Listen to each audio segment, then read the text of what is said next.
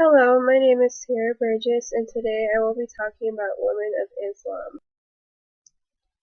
Due to its extensive diversity, it is difficult to pinpoint a single perspective of a woman of Islam today.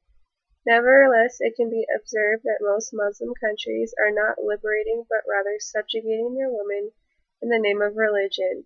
The Taliban is an extreme example of an obsessive need for suppression of the female sex. Rifat Hassan, professor of religious studies at the University of Louisville, quotes, "The way Islam has been practiced in most Muslim societies for centuries has left millions of Muslim women with battered bodies, minds, and souls." Here are some examples of Sharia or Muslim law. If a woman is murdered, the compensation is half than the compensation of a man's. A woman's testimony in court is worth half of that of a man's. In order for a woman to claim she has been raped in Pakistan, she needs to find 4 male witnesses of good report to prove it actually happened. Women are only allowed 1 spouse, a man can have 4. The legal age for girls to marry is very young. In Iran, the legal age is 9 years old. The average age is 14 or 15. In many cases, pedophilia runs rampant, where older men marry young girls, use them, and then abandon them. It is nearly impossible for a woman to get a divorce, but it is effortless for a man.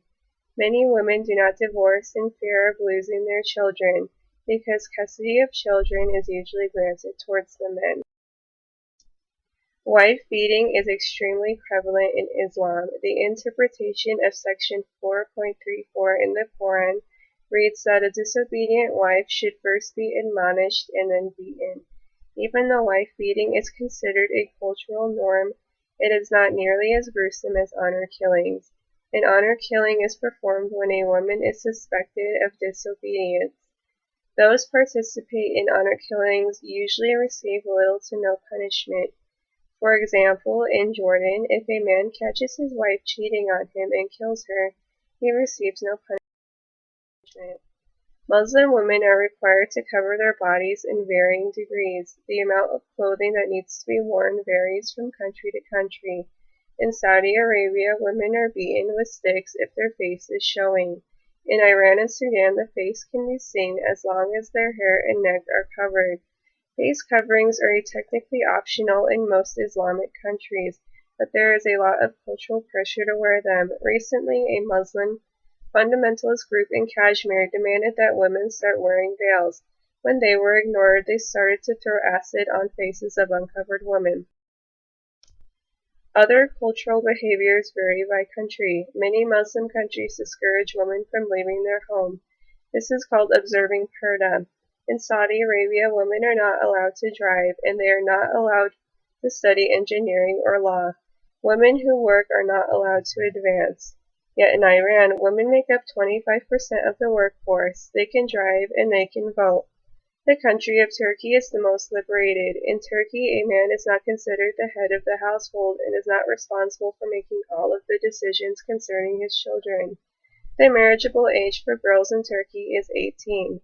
Bangladesh is also pushing for reform by increasing punishments towards those who commit crimes against women. In summary, even though some women's rights exist in early Islamic times, the women in Islam today are still repressed. The specific rights for each woman are varied across Muslim countries, but there are some similarities, such as full body coverage, observance of purdah, and wife beatings. Some punishments enacted towards disobedient women include acid attacks, public beatings, and death. Today there are pushes in some Islamic countries towards reform, and there have been many modern improvements. Nevertheless, there are many freedoms for women that are yet to come.